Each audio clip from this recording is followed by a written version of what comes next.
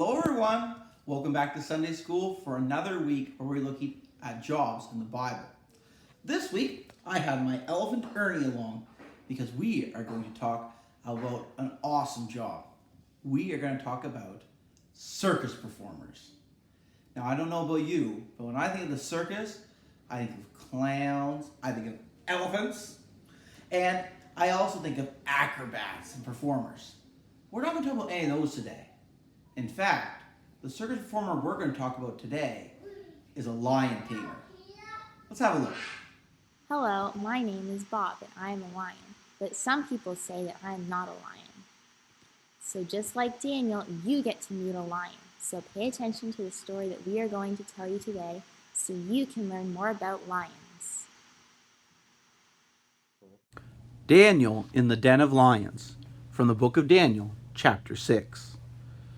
Daniel had been taken many years ago to Babylon, and he had rose up through the ranks to become an important advisor to the king.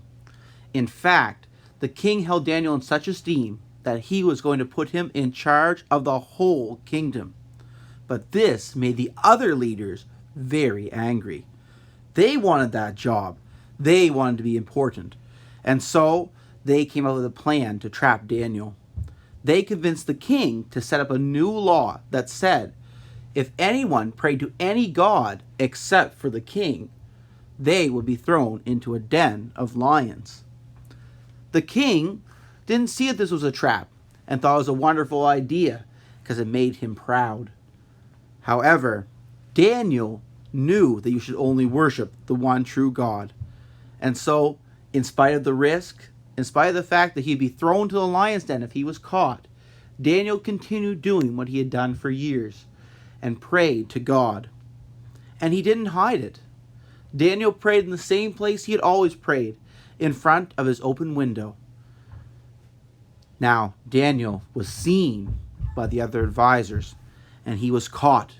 And they went before the king and said, Daniel, the man you hold in such high esteem, is breaking your laws, and therefore he must be thrown into the lion's den. The king realized at this point what had happened, but it was too late. Even he couldn't change the law. And so he tried as much as he could to get Daniel out of it, but to no avail. Daniel was thrown into the lion's den. And as he was thrown in, the king said to him, Daniel, may the God you serve protect you. And then they shut the gates. Daniel spent the whole night in the lion's den, and the king spent the whole night wide awake. He was worried about his friend, and he didn't sleep a wink. When morning came, he got up quickly and ran to the lion's den, and before they opened the gates, he shouted, Daniel, did your God save you? And Daniel replied, May the king live forever. My God has saved me from the lions. He closed their mouths, and I am fine. The king was thrilled. He said, Open up the lion's den and bring him out. And when they brought Daniel out, not only was he still alive, but there wasn't a single scratch on him. So the king punished the officials that had set this trap for Daniel, and he told the whole kingdom, Everyone must pray to the God of Daniel, for he is a God who saves, and he is the true God. So the Bible story is Daniel in the lion's den, and we need to be courageous. The Bible verse this week is Deuteronomy 31:6. Be strong and courageous. Do not be afraid or terrified because of them, for the Lord your God goes with you. He will never leave you or forsake you. Also, we made a craft this week of a lion, and you'll have 2 paper plates and eyes in your little bag, and you can cut the paper plate to make it look more like a mane, and you'll glue it on, and that's it. Thanks. Hi everyone, Ernie here.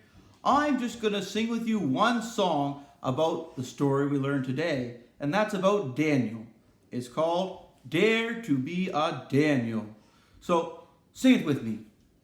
Dare to be a Daniel, dare to stand alone, dare to have a purpose firm, dare to make it known. standing by a promise true, heeding God's command. Honor them, the faithful few, all hail to Daniel's band. Dare to be a Daniel, dare to stand alone, dare to have a purpose firm, dare to make it known. Go be Daniels! Our story for this week. Do you remember who the lion tamer was in the story? No, it wasn't Daniel. The real lion tamer in the story was God. Daniel prayed even when he knew it would put him at risk, and God protected him when he needed it from those lions. God is truly the lion tamer. We'll see you all next week. Bye.